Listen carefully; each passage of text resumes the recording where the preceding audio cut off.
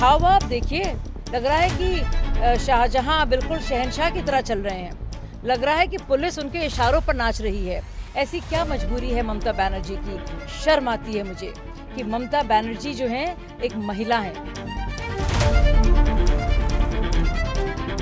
शेख शाहजहां को 55 दिन के बाद एक सेफ हाउस में रखकर पूरी तरह से संरक्षण देकर आखिरकार ममता जी ने कलकत्ता हाईकोर्ट के फटकार लगाने के बाद और इतने प्रयास और इतनी कोशिशों के बाद अब उस गुंडे और मुजरिम को आखिरकार एक मांडावली के तहत, एक समझौते के तहत झूठ मूठ उसको अपनी ही पुलिस से गिरफ्तार कराया है ताकि उसको ईडी और सीबीआई के संगीन इल्ज़ामों से बचाया जा सके।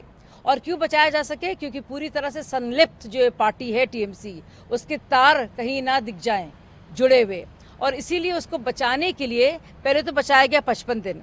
अब जो गिरफ्तारी का जो वारंट आया है, इसमें आप देखिए कि महिलाओं के खिलाफ कोई भी मामला, चाहे वो बदमाशी का हो, बदसलूकी का हो, बलात्कार का हो या ज़मीन झपटने का हो, कोई भी मामले का जिक्र नहीं है। ये जानबूझ के हो रहा है। ममता जी की मजबूरी है इन गुंडों को अपने साथ रखना और उनको बचाव करना। और हाव आप देखिए, लग रहा है कि शाहजहां बिल्कुल शहंशाह की तरह चल रहे हैं। लग रहा है कि पुलिस उनके इशारों पर नाच रही है।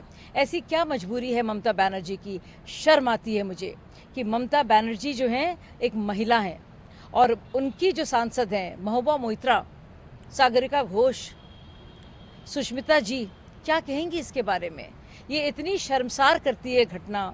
इतनी ढेर सारी हमारी बहनें, उनके साथ जो बदतमीज़ी बदसलूकी हुई है और उनके रोने चीखने और गुहार लगाने के बावजूद भी उनके जुर्म का संज्ञान नहीं लिया गया है गिरफ्तारी वारंट में।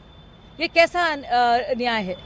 मैम, बीजेपी इस पे कह रही है कि कहीं ना कहीं टीएमसी ये दिखावा कर। देखिए, कलकत्ता हाईकोर्ट ने बाकायदा कहा है कि ये शख्स सहानुभूति का पात्र नहीं है, जल्द से जल्द उसकी गिरफ्तारी होनी चाहिए। आप सोचिए 55 दिन तक क्या करती रही पश्चिम बंगाल की पुलिस? ये तो कोर्ट के फटकार लगने के बाद ये हुआ है। और लगातार जो महिलाएं हैं बताती रही, अपनी कहानी बताती रही, गिड़गिड़ाती रही और आंदोलन करती रही, तब भी एक जून ही रहेंगी ममता बनर्जी के कान में। आखिर मामला क्या है? क्यों बचाना चाह रही हैं इस आरोपी को? संदेश खाली की जो महिलाएं थी, जब इसका अरेस्ट हुआ तो वो खुशी मना रही थी, इस पे क्या कहना है? बहुत मुझे होता है, वो महिलाएं जो हैं इतनी यातना और पीड़ा सहने के बाद और इस गुहार जो लगाती रही हैं कि किसी तरह से वो बदमाश जो उन्हें परेशान कर रहा था और उसके करीबी, कि आखिरकार उसकी गिरफ्तारी हुई। और इतना कहने के बाद और अब वो खुशी मना रही हैं क्योंकि वो सोच रही हैं कि अब उन्हें कम से कम वो सुरक्षित महसूस करेंगी।